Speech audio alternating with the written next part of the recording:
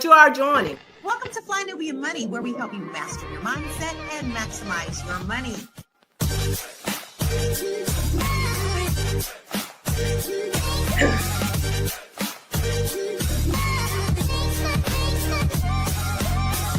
Your mindset and maximize your money.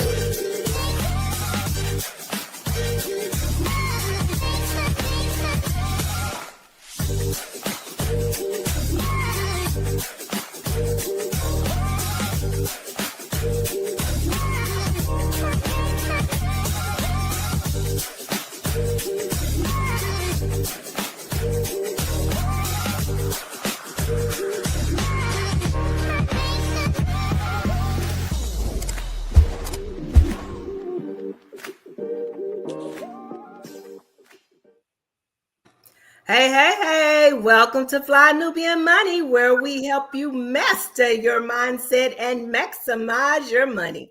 Today, we are talking about a story that shook the internet.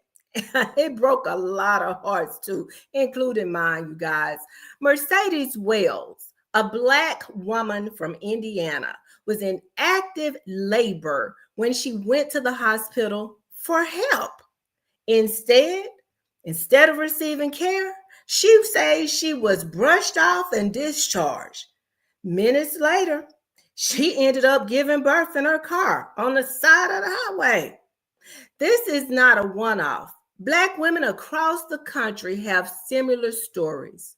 They are not believed, they are not taken seriously, and sometimes their pain is ignored until it becomes life or death.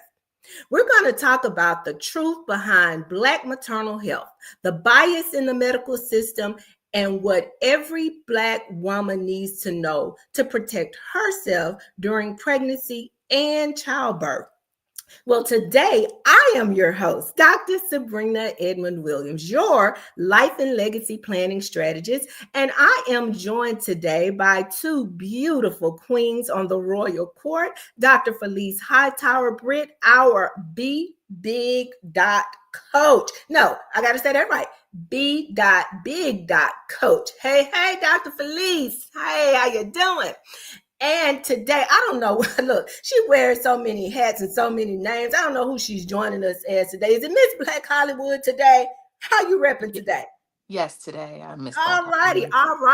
Well, ladies, I want to ask you, what was your first reaction when you heard about Mercedes giving birth in the car?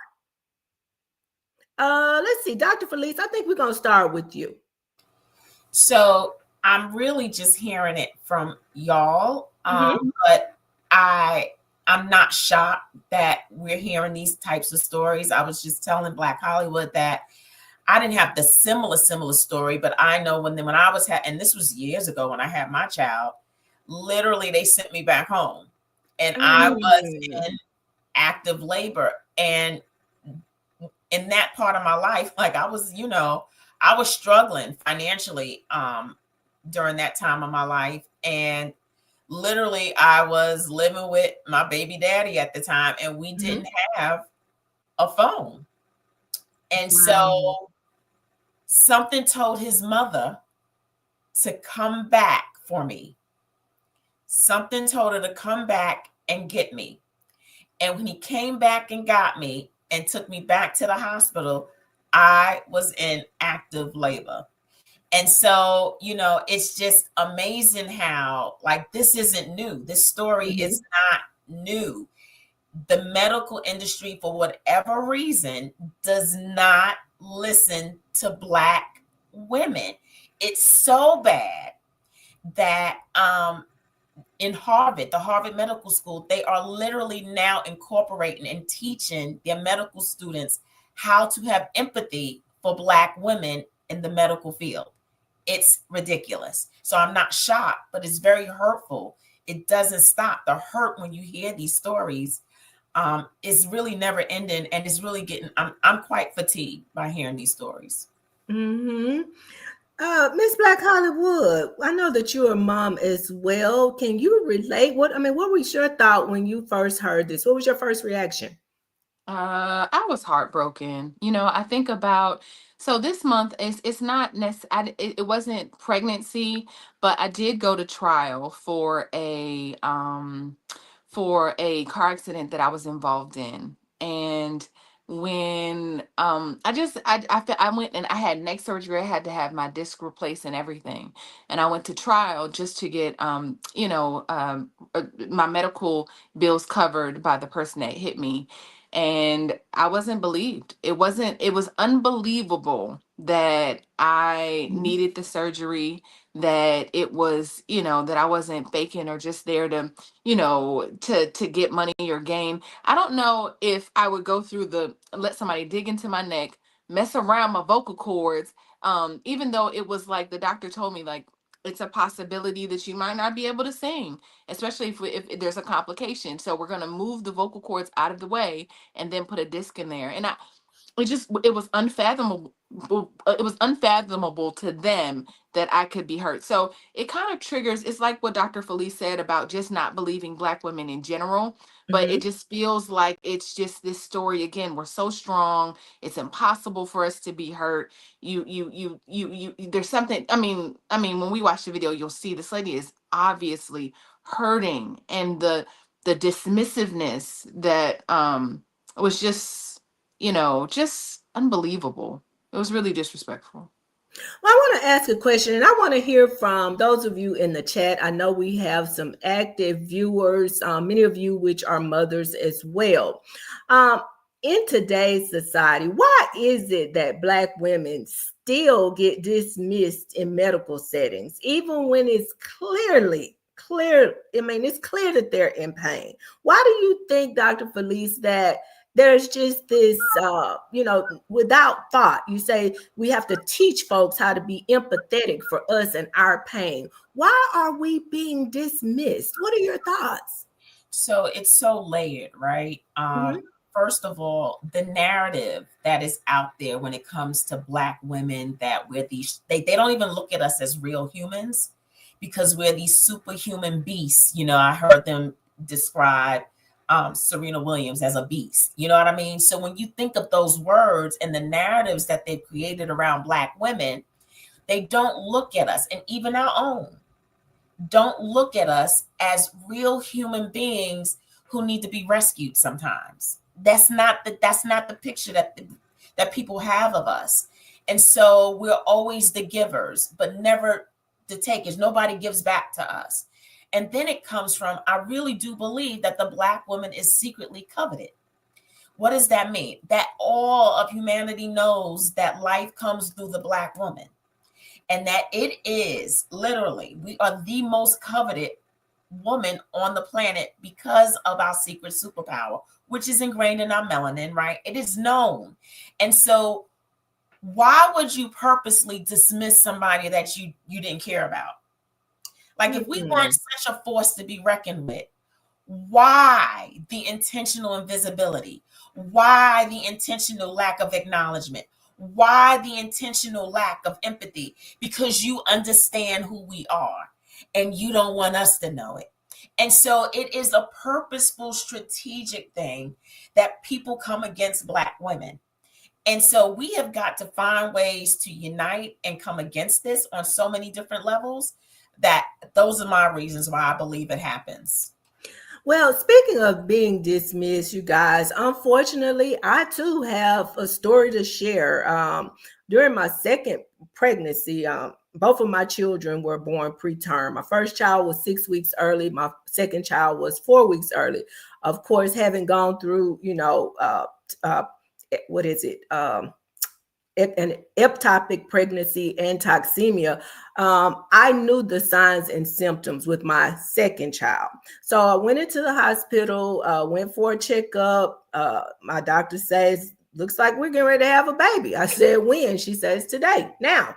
Okay, so went through, the process, had the baby comes out healthy. But after giving birth, I could not walk. And I had a natural birth, you guys. I could not walk. I kept telling them something was wrong with me. Nobody listened to me. People kept telling me, oh, you just had a baby. I'm like, this is not my first pregnancy. I had a baby before, and I was able to get up and go walk and see my baby, and nobody listened to me. About the baby was born, let's say 5 o'clock that evening. The next morning, about 2 o'clock in the morning, I was laying there and it felt like my water was breaking. And it literally frightened me, you guys. I'm thinking, what the heck is going on? I called the nurse. The nurse came in. I had literally passed a blood clot that was as large as my baby. So just imagine if I had not passed that blood clot. So when you talk about being dismissed, this really hits home for me. I don't know about you, Miss Black Hollywood. I'm going to throw it to you.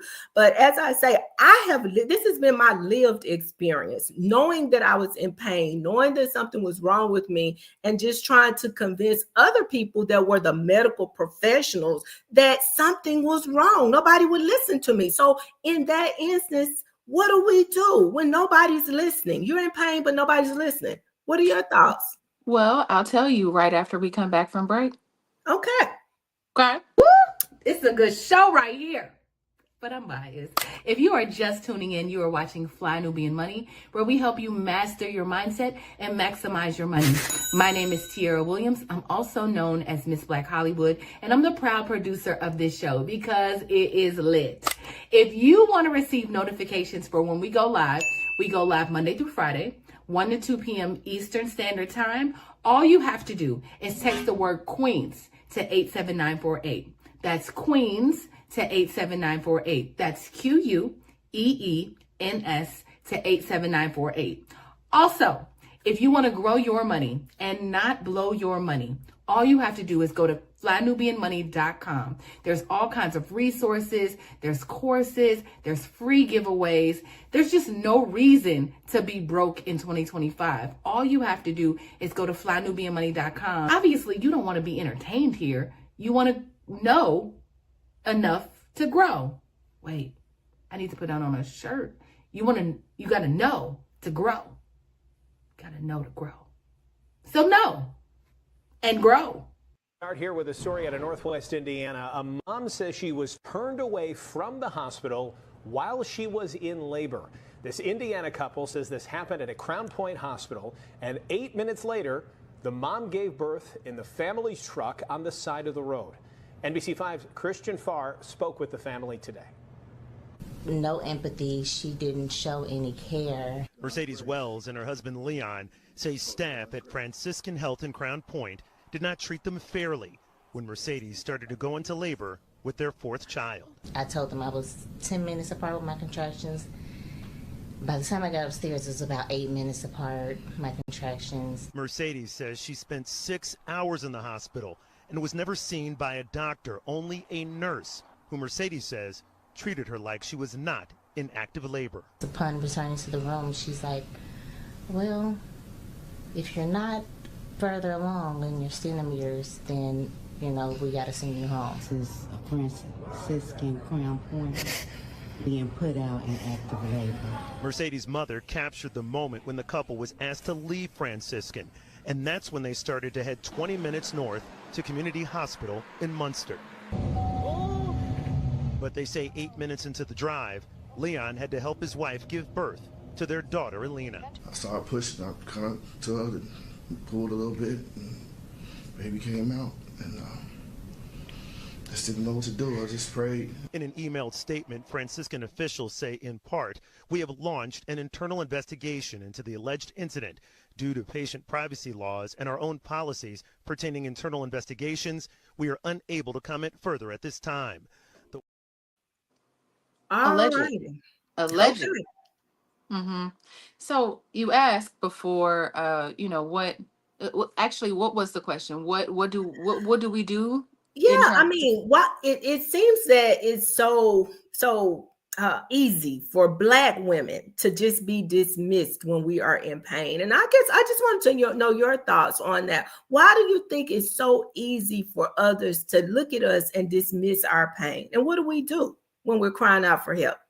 Well, I think we've definitely just we've proven that people look at us and they think that we are the strong Black woman. We have been deemed an archetype that we can't live up to most times.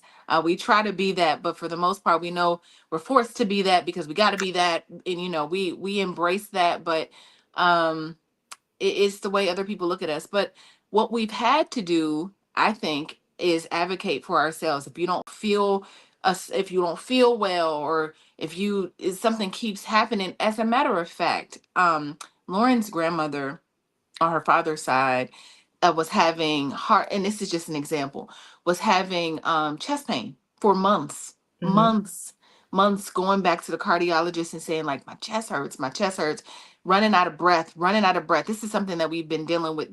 Literally just dealt with chest pains, chest pains, chest pains. Doctor's like, I don't know. You're fine to me. Yeah, I don't see anything. Fine to me. Right? Kept saying it. They kept going back to the doctor every time she would have a chest pain. Come to find out, took her to the emergency room. Finally, a competent doctor was like, I see blockage. We got to get you Hmm. 8% blocked. Her arteries were 98% blocked.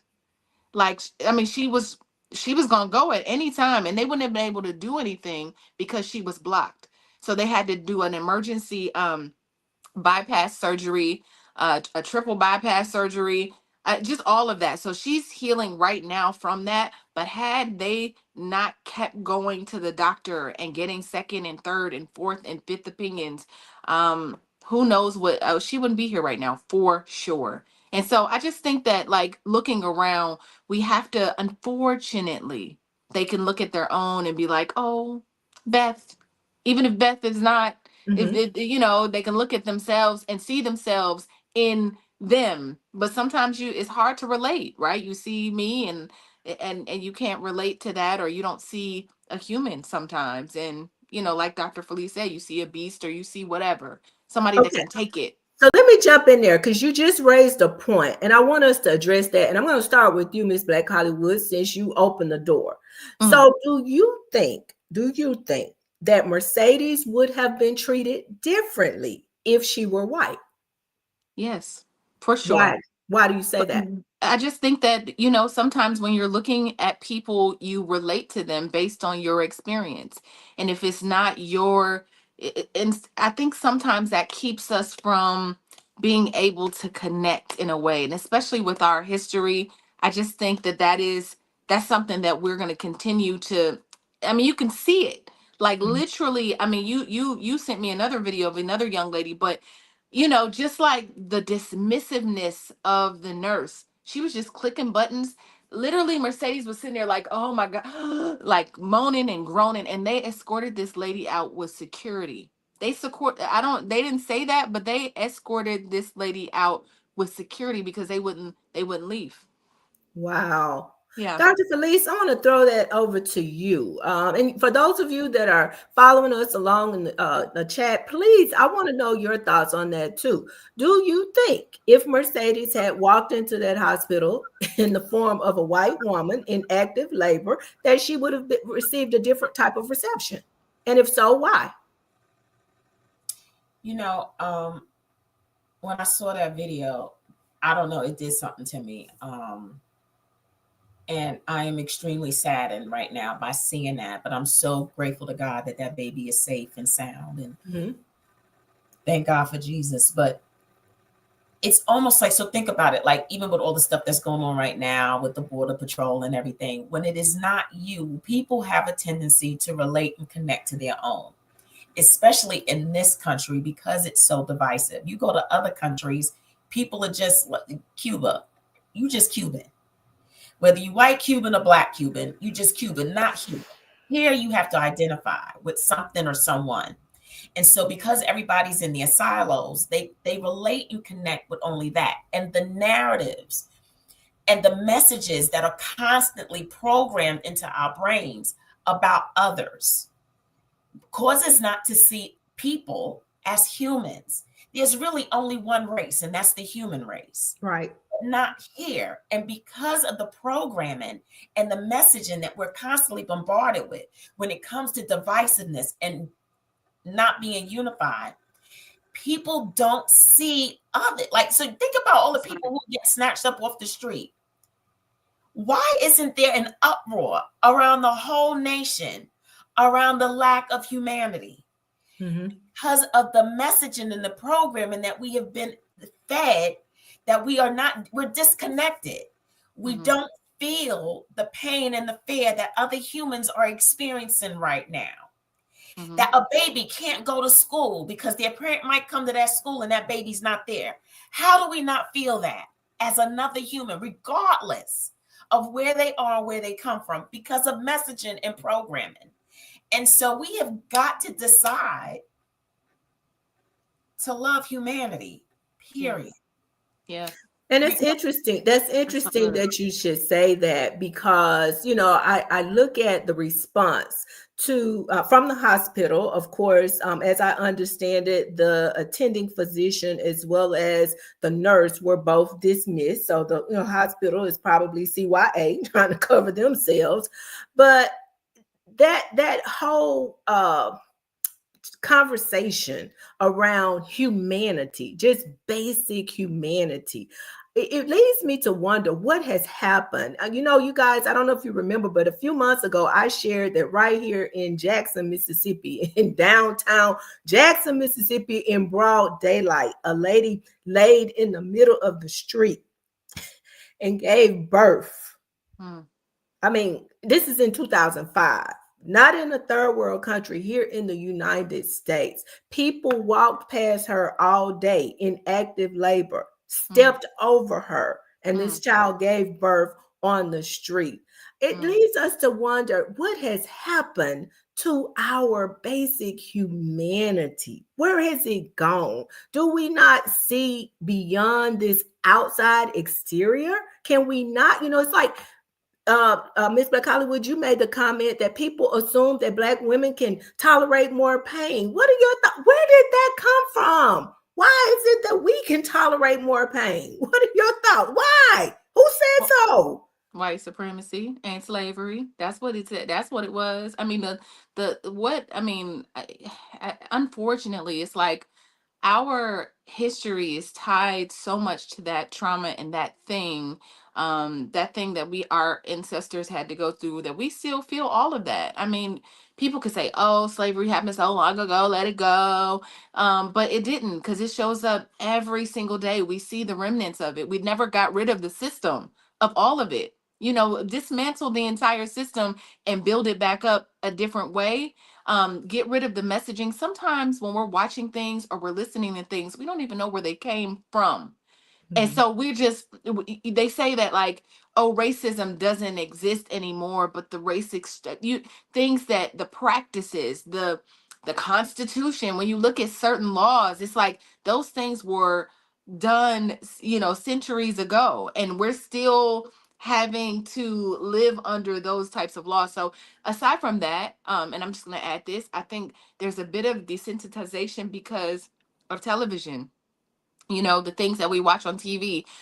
It started with them warming us up to seeing people be murdered in movies, people's being, certain things happening in movies, and us watching it for entertainment. That came over to the internet. Now we can watch video. People be like, did you see the video of blah, blah, blah being shot? Like, why would you want to see that? Right. Not only are people filming those things and watching people be killed and just filming instead of helping, there's really just been this switch that we just, because the news cycle happens so fast, because we're just used to seeing it, even though we can't sometimes differentiate between what's real and what's fake, because we see fake on TV, but we see real on the internet, but it all feels like, well, the news cycle will tell us somebody else died tomorrow. So I just think overall, you said something, Dr. Felice, about not being able to see humans. I mean, every time I see an illegal immigrant, according to ICE, be dragged in the street, the kids are yelling and screaming. The parents are saying, please, no, no, no, don't take me, whatever. It's just a lot. It's heavy. And I think it's all heavy, Dr. Sabrina. It's just a lot. But I think we're so desensitized because it just is what it is. Can I add to that too? And Go ahead. it's also the trauma that's been placed upon us was supposed to take us out. And so because it didn't, the narrative is that we're these superhuman beasts, because literally the atrocities that we have been able to survive by the grace of God, people are like, you got to be a beast in order to be able to live through those atrocities. Literally, so something must have happened in our DNA that I believe is God-given, that literally causes us to be able to snap back. Because how many you walking with me a little bit? Like, literally, we still forge through. Yeah. That woman got turned away and is still alive today with the baby living. Okay, well, hold that thought. I want to pause just right there. One moment, Miss Black Hollywood, and I know it's time to go to break. So my question is, this turned out with a happy ending. Mom has baby, daddy delivers it in the car, you know, everything turns out happy. What if that were not the case? It did not have a happy ending. Mom was turned away from the hospital in active labor, and they are on the side of the road, and baby doesn't survive, or mom doesn't survive. Then at that point, would our conversation be different today? No. I mean, when we talk because about, I got videos of that too. No. I got videos of the women that didn't make. That's where we transitioning into, because it sent me down a rabbit hole of women that did not make it. Well, because and you know, great question, but that is the outcome that is desired. The outcome desired is that she is on the side of the road and her and the baby don't make it. Unfortunately, that's the desired outcome. The fact that we survived it, that she survived it, right? Physically survived it. They're like, that's what adds to the narrative. See, they're superhuman. They're beasts. They're not real humans, because even through all of that, her and the baby safe and good. But the trauma that woman, right, the mental trauma that she is going to have to fight through, possibly for the rest of her life. And think about if that was her first child, if that was her the first time she ever experienced becoming a mother. The invisible scar that they don't see. And so when you meet Black women, you meet the representative of the trauma that we have to fight through all the time. And 2 doctors in North Carolina, I forget their names, y'all, forgive me. They did a study on Black women, and they were like, what is it? Because when it comes to our miscarriages, they said there is no other no one goes through the racism and the discrimination that African American women go through. No other ethnicity goes through it. It is unique to us. And so it's a lot, y'all. It's just a lot. It is. It's a lot, right? It's a lot to take on.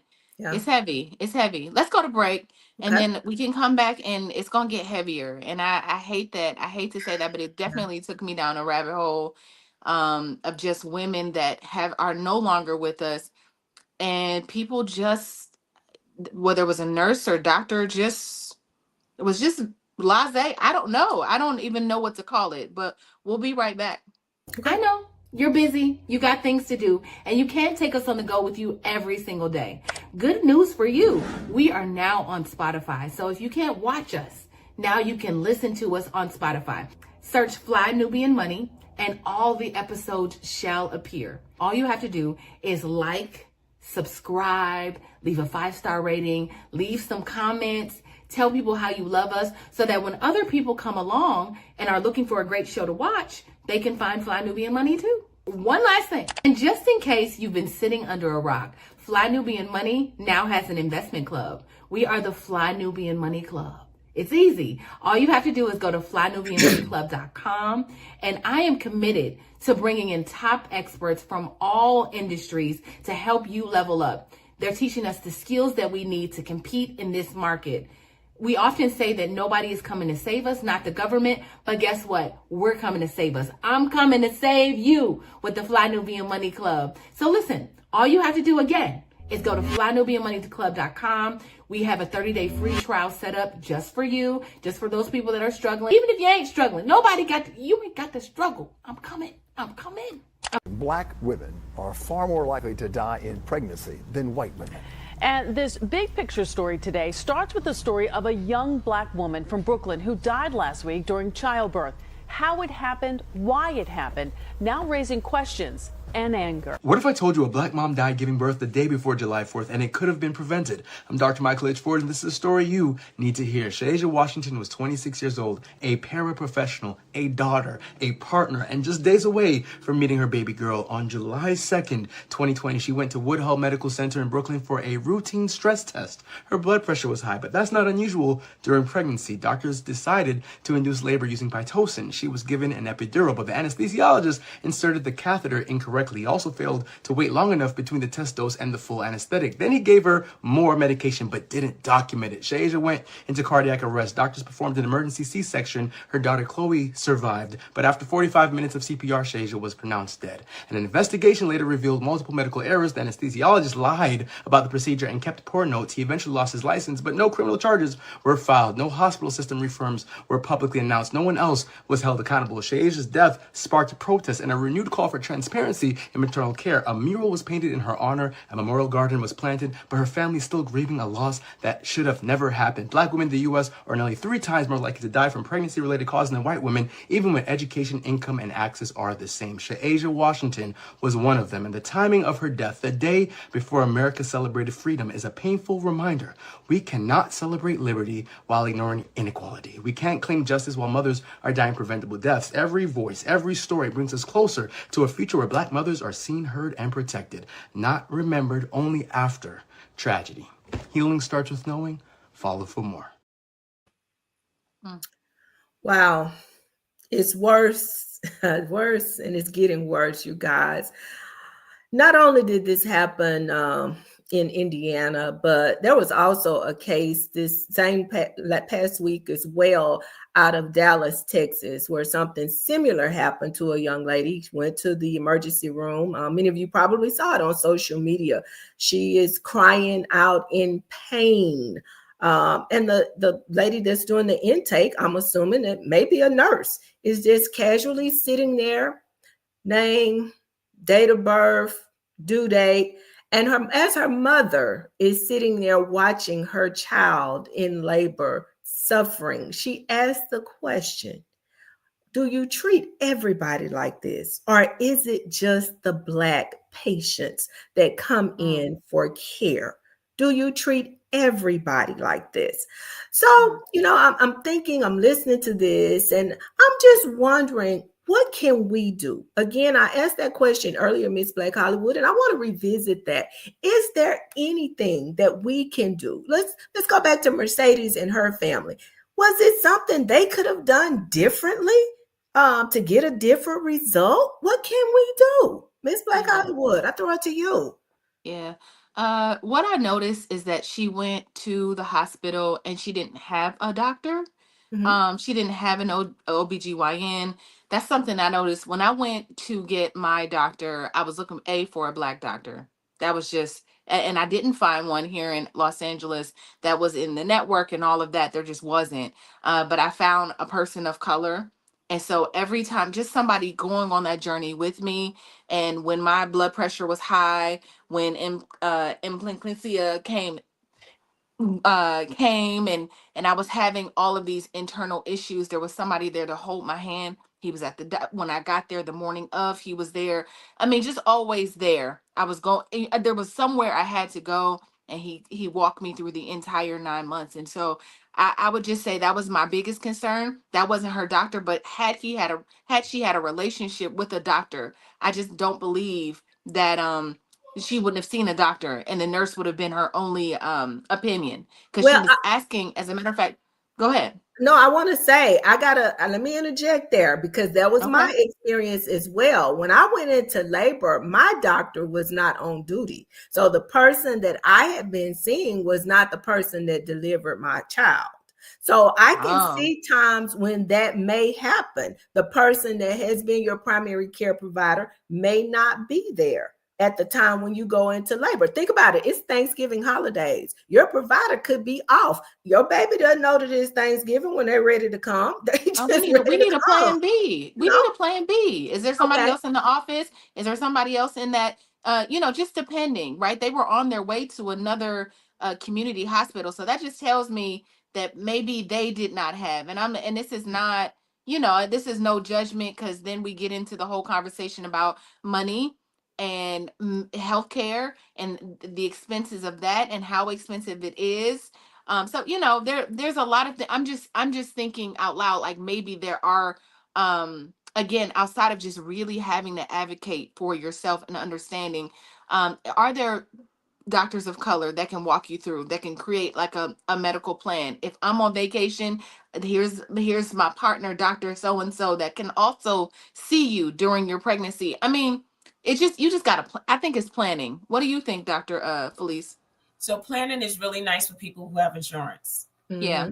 Right. So a lot of these women don't have insurance, so they can't really plan. And, it's Russian roulette. Whoever's on duty at that time that has no connection with these young women. What she possibly could have done was squatted. Don't leave. Like, y'all gonna have to arrest me, but I'm not leaving here until somebody sees me. And me and this baby gonna be right here on this floor. Y'all gonna deliver. She shouldn't have left. And then that way she could have held them accountable, and not like they would have had to arrest her to leave, because that was her right to stay at that hospital and get treated. So I wouldn't have left. I would have stayed right there. I'm like, I'm not going anywhere. I'm gonna stay right here, and we're gonna have to prove to you that I'm having this baby. She should have squatted. Well, and Can I mean, I think. Can I ask you a question? Can I ask the both of you a question? Yeah, go ahead. So I know in California, even if you don't have insurance, as soon as you are a mother, you automatically get put under like Medi-Cal. So you have insurance. Was that not available in New York or Mississippi, or was that not a thing? Did they not assign you? So I know when I went to New York, I don't know why people leave New York, but New York got some good stuff. Because when I went to New York, like, you can get help. Like, the resources are really good to me. My experience in New York. Every state is not created equal. Yeah. Oh no. And so no. On the states, before you move and want to have a family, you better make sure that whatever that state you're going to, what their resources are for all of these different things, because every state is different. So I'm glad you asked that question, and I'm glad we're having this conversation, because I got to bring it back around to the doom. The reality is, right here in the state of Mississippi right now, we are currently under a state of emergency. Our chief medical healthcare professional in this state has placed us under a state of emergency because of the number and the rate at which babies are dying. Particularly Black babies are dying faster here than in some third world countries. Now, this is where I'm conflicted, Queens, and I need y'all to lean in and listen to me good on this part. It was just a few short years ago that this same state that I'm sitting in right now were able to legislate all the way to the Supreme Court to overturn Roe versus Wade, because we were pro-life. Okay? We cared about life. Now, how is it just a few short years later, you got a state of emergency because babies are dying? Make that make sense for me, because I'm conflicted down here. I'm really conflicted. The same folks now that were pro-life, and the last time I checked, these little babies that's dying, they have lives, right? They're not in the womb anymore, but they have lives. But nobody is raising the alarm about the fact that these kids are dying at such a high rate. Infant mortality is off the chain. So what are your thoughts on that? How can we say that we are quote unquote pro-life, and then 2 years later, 3 years later, you got a state of emergency for, babies? Infant mortality rate is at an all-time high. Make it make sense for me, Queens. That's my question. I need somebody to make that make sense. I'm going to start with the good old doctor. Come on, Dr. Felice. if you make it make sense, then you've crossed over to the certifiable side. It's not supposed to make sense. And don't you force it. That don't make sense at all. And it is a travesty. And so y'all know that I'm a co-founder with a nonprofit called States of Wellness, Inc. And that is what we do. We go into the states and we try to solicit doctors to build teams of trust that will agree to see people and help them find these resources and be a resource for people of color so that they don't have to go through so many hoops as far as advocating for themselves. So that is what we do. We go in and we build teams of trust. We're like, hey, we're going to check your numbers. We're going to follow up with you, because we have a lot of Black and brown people who don't even trust medical professionals. You've got a lot of number of young women right now who are having high anxiety. They want families, but they're scared to have families, because in the greatest country on the planet, our medical is like a third world country, where all the money, capitalism, and technology that we have, Black and brown people are dying like in the third world country. And so you have people who have high anxiety that doesn't trust the medical professionals. So we are going to have to come together, y'all, seriously. And please look up States of Wellness, Inc. Help us out. Let us know of a state that you would like for us to come to, where we can build teams of trust, where we're saying, you know what, don't even worry about it. We're going to take care of our own. And that's what we're going to have to decide to do, to take care of our own. We teach people what questions to ask, how to advocate for yourself, and squat. You don't leave. I'm not leaving nowhere until you'll figure out how to make this make sense for me, because I'm not going. I'm not leaving. Literally, they like always telling you, go home. I'm not going home. I'm staying here. And so teaching people how to squat, how to advocate for yourself, and how we're going to have to take care of us. It's Black Hollywood. Thank you, Dr. Felice. I'm going to throw that one to you. I'm curious about your thoughts on that. Yeah. I love what you said, Dr. Felice, and kudos to you. Listen and reach out.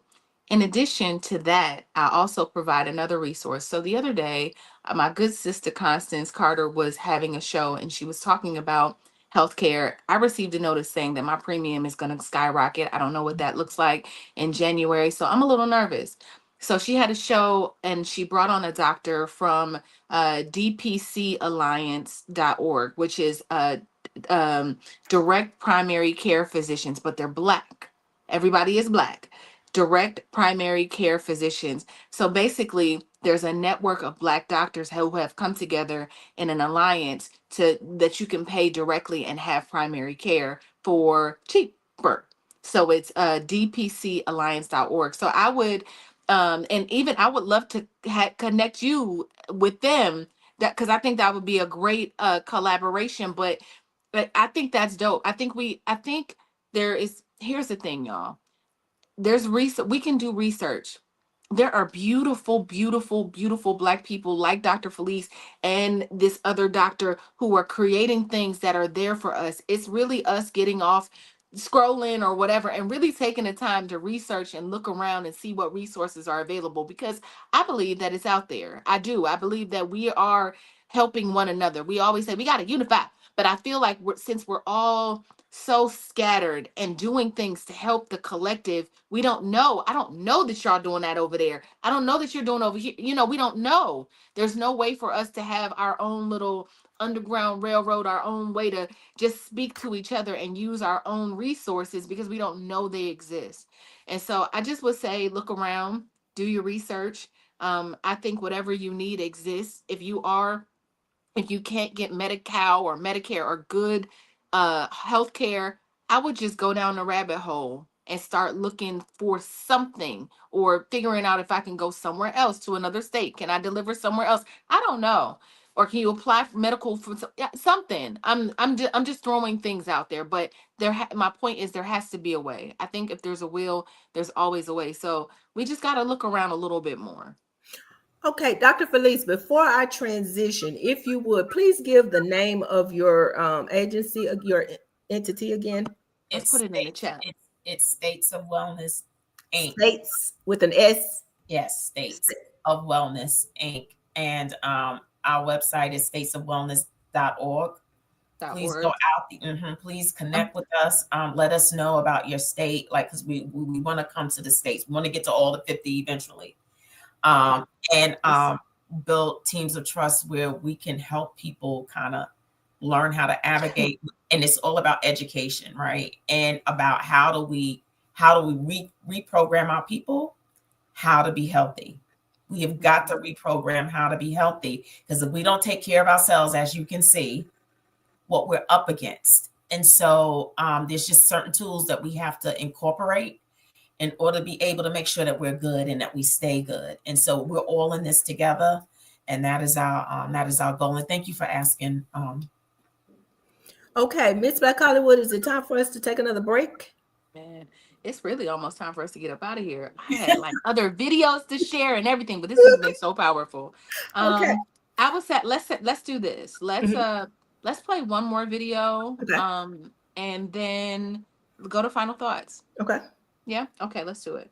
Okay, so let me tell you a story that should make every single person watching this pause, because this didn't have to happen. Meet Kira Johnson. She's 39, marathon runner, business owner, speaks 5 languages. She's glowing, she's thriving, she's married to Charles. They already have 1 little boy. In April 2016, they're getting ready to welcome their second son. So they head to Cedars-Sinai Medical Center in LA, one of the most prestigious hospitals in the country for routine C-section. Let me say that again, routine C-section. Nothing about this should have ended the way it did. The surgery goes fine. Baby Langston is born healthy and bouncing. Charles is smiling. Kira is awake, alert, holding her baby. Everything looks perfect. Until it doesn't. Not long after, Charles notices something. There's blood in Kira's catheter. And not just a little bit. It's alarming. He tells the nurse. The nurse says, they'll check it out. An hour passes. Kira's still bleeding. Another hour. She's still bleeding. Charles goes to another nurse. Then a doctor. Then another nurse. He's literally begging. 2 hours. 3, 4. Kira's lying there, pale, shivering. She's bleeding internally. She's fading. And they're telling him she's just tired. It's normal. He asks for a CT scan. They say she has to wait 8 hours. By now, he's yelling, he's shaking, he's telling people, please do something. 10 hours later, they finally take her back to surgery. They find 3 liters of blood pooled in her abdomen. That's more than half the blood volume in the average adult. Kira Johnson dies on the operating table. This was 100% preventable. If anyone had acted, had listened, she would still be here today. Wow. Our women and our babies are dying. We're dying at faster rates than everybody else. It makes me wonder, can a Black woman catch a break in any way, shape, form, or fashion? Can we catch a break? That being said, I know it's time for us to go to our final thoughts, and we see what's happening. And even with that, we know that there are a lot of young women that are hopeful that one day they will be mothers. So my question to you, my fellow panelists, both of which are mothers as I am, what should we be teaching our young women who may fear childbirth about how to navigate this process? What can we teach them? Let's see, Miss Black Hollywood, I think I'm going to start with you. What can we be teaching our young Black women who want to be mothers? I'm sure, like I was a young mother. I was scared. I didn't know what to expect. What can we teach them? In terms of what we can teach them in terms of healthcare, I think in terms of having it's out of childbirth, excuse me, having a child is a beautiful thing. It really is, and there's nothing like being a mother. But I think we have to just let them know the realities of what's happening in our country. I think that we have to really question what's coming. It makes me a little nervous when I think about some of the things I'm seeing in the news in terms of like, in terms of what's happening with the administration and how they're handling everything from our food to our healthcare to, all of the things. So it's going to be a different world for her. So just making sure that she is armed with information and understands that we live in a very different country, and there's part of me that wants to be abroad and have a dual citizenship by then, by the time she has a baby. So maybe that's an option, where they have healthcare, they have good healthcare, they take care of their women. I don't quite know what the answer is because I don't know what's coming, but all I can do is arm her with information and let her know that, in these situations, Kira, that none of them could see this coming. They didn't know. You can never, you just have to understand that, like, that was just Kira's time, unfortunately, because there's nothing you can do to really like have somebody accidentally put anesthesia in you the wrong way, and then you just can't really prepare for those things. But I guess the only thing I can tell Lauren is just to be alert and just to make sure that she can do everything that she can to make sure that she stays safe in that process. So, my name is Sierra Williams. I'm also known as Miss Black Hollywood, also known as Karma J. Just depends on the day. And yeah, I just want to say, there's no real. I have a show coming up on December 11th. That's coming up. We will be here in LA. So if you're in the area and want to come through, please come through. Right. So I got that. Wait. Oh, I got my right there. I'm gonna keep talking about it. And then otherwise, happy Thanksgiving. I'm so grateful for y'all that y'all coming. Y'all been with us for almost a year, and we just love and appreciate you so much for these conversations that we have. And I'm grateful for you, Queens. So happy Thanksgiving to everybody. Thank you. Dr. Felice, I'm going to throw this one to you as well. I know you are a mother. You have a daughter. And based on this conversation that we've had today, and I know you said you had not seen the video prior to today's show, but my question to you is the same. What advice would you give a young mother about how to navigate this system, knowing what we know, knowing what we've seen, knowing what our lived reality has been? So, of course, the burden is so big and heavy on, Black women. We have to be educated. So even any goals that you have about starting a family, having children, you have to be an educated soon to be mother. So what does that mean? That means you have to do your research up front. You have to make sure, what are your options? What are your resources with insurance or without health insurance? What is available to you? You need to research that. Then find a good doula, like find an African-American doula that can be a part of your birthing journey. Find that. Find birthing centers. Like now, there are Black groups of people who are funding and creating birthing centers for us to go to. Find those. So education is going to be key, and making sure that you create those resources, you tap into those resources, and you create that community around you to safeguard you as much as possible before you enter into motherhood, or you're already there and you want more children and build your family. So that is going to be that's going to be our first thing that we need to start doing. Education is going to be big. And so I am Felice Hightower Britt, your b.big.coach on Instagram. Also, you have my Facebook page, Be Big Coach, and my website, www.thebebigcoach.com. I am available to you. I love y'all. Oh, Black Hollywood, thank you so much. I love you. Thank you for what you created this platform for us to come together and educate and love on one another. Thank you, Dr. Sabrina, for always showing up with your wisdom. I love you too. Like, I'm serious. Fly Nubian Money, the queens are off the chain. And I'm just so blessed to be a part of this platform with you. Thank you so much. And happy Thanksgiving to everyone if you do celebrate. All right, so I guess it's my turn to give you my final thoughts on this. This has been a heavy one, you guys. It touches home, as I say. I can relate on so many levels.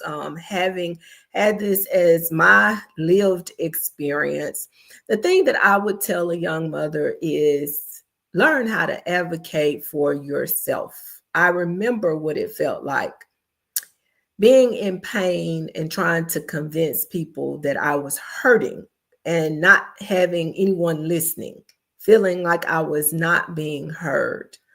But for the grace of God, that turned out positive, and I'm able to sit here with you today and share that experience. But my advice is to always, always advocate for yourself. Always. No one knows our pain levels. No one knows our level of tolerance for pain. No one else knows what it feels like. Just because they think that we should be able to bear a certain amount of pain does not make that our reality, or it should not make that our reality. So I am going to suggest that we always advocate for ourselves and our families. Mothers, if you're there, advocate for your daughters. Fathers, if you're there, husbands, if you're there, advocate for your daughters. Fathers, wives, husbands, advocate for your wives. Don't let yourself not be heard. What's the worst thing that could happen? I mean, they arrest you, take you to jail for advocating. And so what if it saves your wife's life and the life of your child? That being said, y'all know who I am. I am Dr. Sabrina Edmond Williams, educator, author, and investor, opening minds and closing contracts. I am so noted. And I am so very thankful, you guys. I am so thankful. I'm thankful to be here with these beautiful queens. I am thankful that this has been a great year, that God has allowed me an opportunity to share my knowledge, my talent, and the things that He has gifted me with His people. I'm so grateful for that. I'm so grateful for my health. I'm so grateful for my family. I am so grateful for the fly Nubian money. And you know what? Most of all, I'm grateful for each and every one of you who show up every day. Not some days, y'all show up every day to support us. I am so grateful, so very grateful. And I want to wish each and every one of you a wonderful, wonderful Thanksgiving. Whether you celebrate or not, I don't care nothing about that. I'm still thankful for you, and I wish you a wonderful, wonderful day on tomorrow. That being said, at the end of the day, the story of Mercedes Wells is not just one about one woman giving birth in a car. That's not what it's about. It's about a system that continues to ignore Black women and put their lives at risk. Every mother deserves to be heard, respected, and cared for with urgency and compassion. Until that becomes the standard, we have to keep speaking up. We have to keep supporting each other and demanding better. Thank you to our panelists. Thank you to each of you for this important conversation. We love you. Have a great Thanksgiving, and we'll see you right back here on Friday. Miss Black I don't know. We have some queens traveling. So if we're not here on Friday, we'll be here next Monday. But I'm hoping we'll be here Friday, but we have some traveling queens. So I'm not sure yet. But if not, we'll see you next Monday and have a wonderful weekend. All right. And one more comment before you go. Now, y'all know that Friday is known as Black Friday. If you're going to be out there in them streets shopping, support a Black business. Make it a true Black Friday. I'll give you that one for free. Oh, I love that.